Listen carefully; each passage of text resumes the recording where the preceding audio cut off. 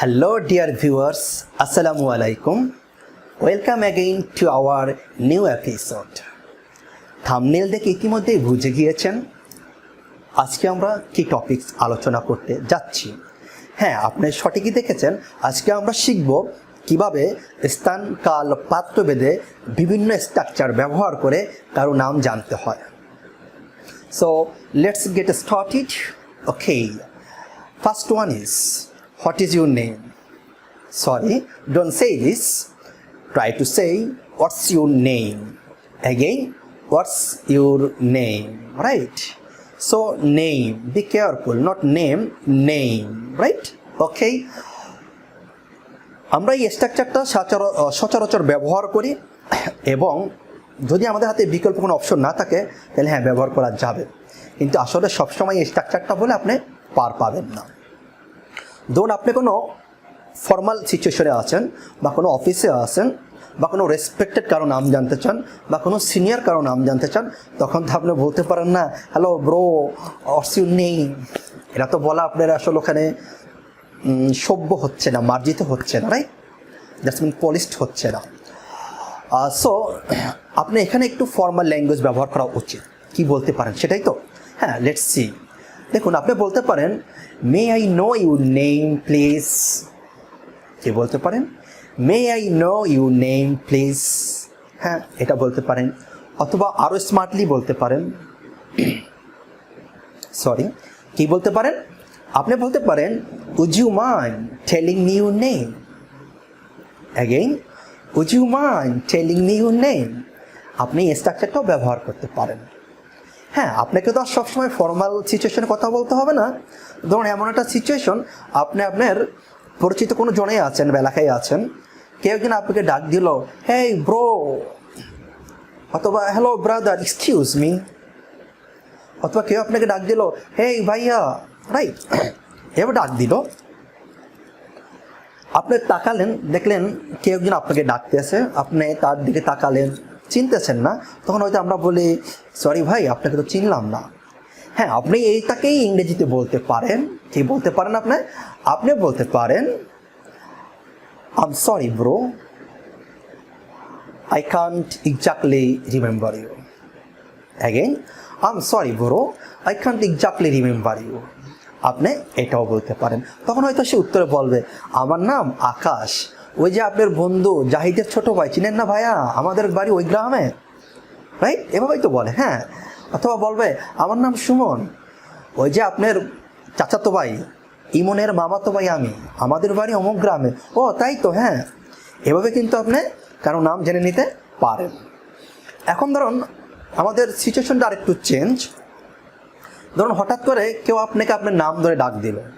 ধরুন আপনার কোনো একজন বন্ধু বাল্যকালের বা প্রাইমারি স্কুলের, যার সাথে আপনার দীর্ঘদিন দেখা নেই, হঠাৎ করে আপনাকে ডাক দিয়ে বলে হ্যালো হাসিব। আপনি তাকালেন, oh someone is calling me, he is familiar to me. কেউ একজন আমাকে ডাকতে আসে, সে আমার পরিচিত মনে হচ্ছে, বাট তখন আপনি তার নাম জানেন না। তখন আপনি বলেন, আপনার শিওর সে আপনার বন্ধু, বাট তার নামটা মনে আসতেছে না। আপনি বলেন বন্ধু কিছু মনে করিস না, তোর নামটা যেন, এরকম আমরা কিন্তু বলি, তাই না? তখন সে বলে দেয় আরে চিনোস না, আমার নাম ইব্রাহিম, আমি তোর প্রাইমারি স্কুলের বন্ধু, ওই যে আমরা একসাথে পড়তাম, আমার বাড়ি ওখানে। ও তাই তো বন্ধু, হ্যাঁ তুই কেমন আছিস, রাইট? তাহলে আমরা এই যে এইভাবেই তো ব্যবহার করতে পারি। তো আপনি এখানে বলতে পারেন, কি বলতে পারেন? I am sorry friend, don't mind, I am struggling to remember your name.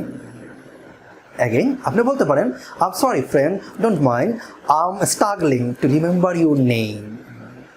এর প্রতি উত্তরে সে আপনার তার নামটা আপনাকে বলে দেবে, রাইট? তাহলে আজকে আমরা দেখলাম অনেকগুলো স্ট্রাকচার, কীভাবে কারো নাম জিজ্ঞাসা করতে হয়। হ্যাঁ, এখন এই স্ট্রাকচারগুলো দেখে খুশি হয়ে লাভ নেই যদি এগুলা প্রচুর পরিমাণে প্র্যাকটিস না করে আপনি সাবলীল হতে না পারেন। তাহলে আপনার প্রথম এবং প্রধান কাজ হলো প্রচুর প্র্যাকটিস করা। কীভাবে প্র্যাকটিস করবেন আমি একটা স্ট্রাকচার আজকে দেখিয়ে দিচ্ছি, বাকিগুলো অবশ্যই আপনি এভাবে প্র্যাকটিস করে নেবেন। Okay, let's see. Number one is what's your name. তোমার নাম কি, রাইট? এখন আপনি যদি বলেন তোমার বাবার নাম কি, তাহলে আপনি বলতে পারেন what's your father's name, right? Okay, keep in mind that এই যে আমাদের নতুন নাউনটা আসলো বাবা অথবা মা যেটাই আসুক, সেই নাউনের শেষে একটি অ্যাপোস্ট্রফি এস অবশ্যই দেওয়া লাগবে, রাইট? সো আমরা আবারও দেখি কি দিতে হবে, apostrophe S, right? Okay, let's C again. তোমার বাবার নাম কি? What's your father's name? তোমার মায়ের নাম কি? What's your mother's name? তোমার বোনের নাম কি? What's your sisters name? তোমার বড় বোনের নাম কি? What's your এল্ডার sisters name? তোমার ছোট বোনের নাম কি? What's your younger sisters name? তোমার বড় ভাইয়ের নাম কি? What's your এল্ডার brothers name? তোমার ছোট ভাইয়ের নাম কি? What's your younger brothers name? তোমার বড় ফুফুর নাম কি? What's your এল্ডার aunts name? Don't say aunty, aunty যা বাংলা ওয়ার্ড, আন্টস, রাইট? ওকে, তোমার ছোট ফুফুর নাম কি? What's your younger aunts name? তোমার বড় চাচুর নাম কি? What's your এল্ডার uncle's name? Don't say uncle, right? Again, what's your এল্ডার uncle's name? তোমার ছোট্ট চাচুর নাম কি? What's your younger uncle's name? তোমার ভালো বন্ধুর নাম কি? হোয়াটস ইউর বেস্ট ফ্রেন্ডস নেম? অথবা what's your chest friend's name? অথবা হোয়াটস ইউর, কি বলা যায়, হ্যাঁ, what's your bosom friend's name, right?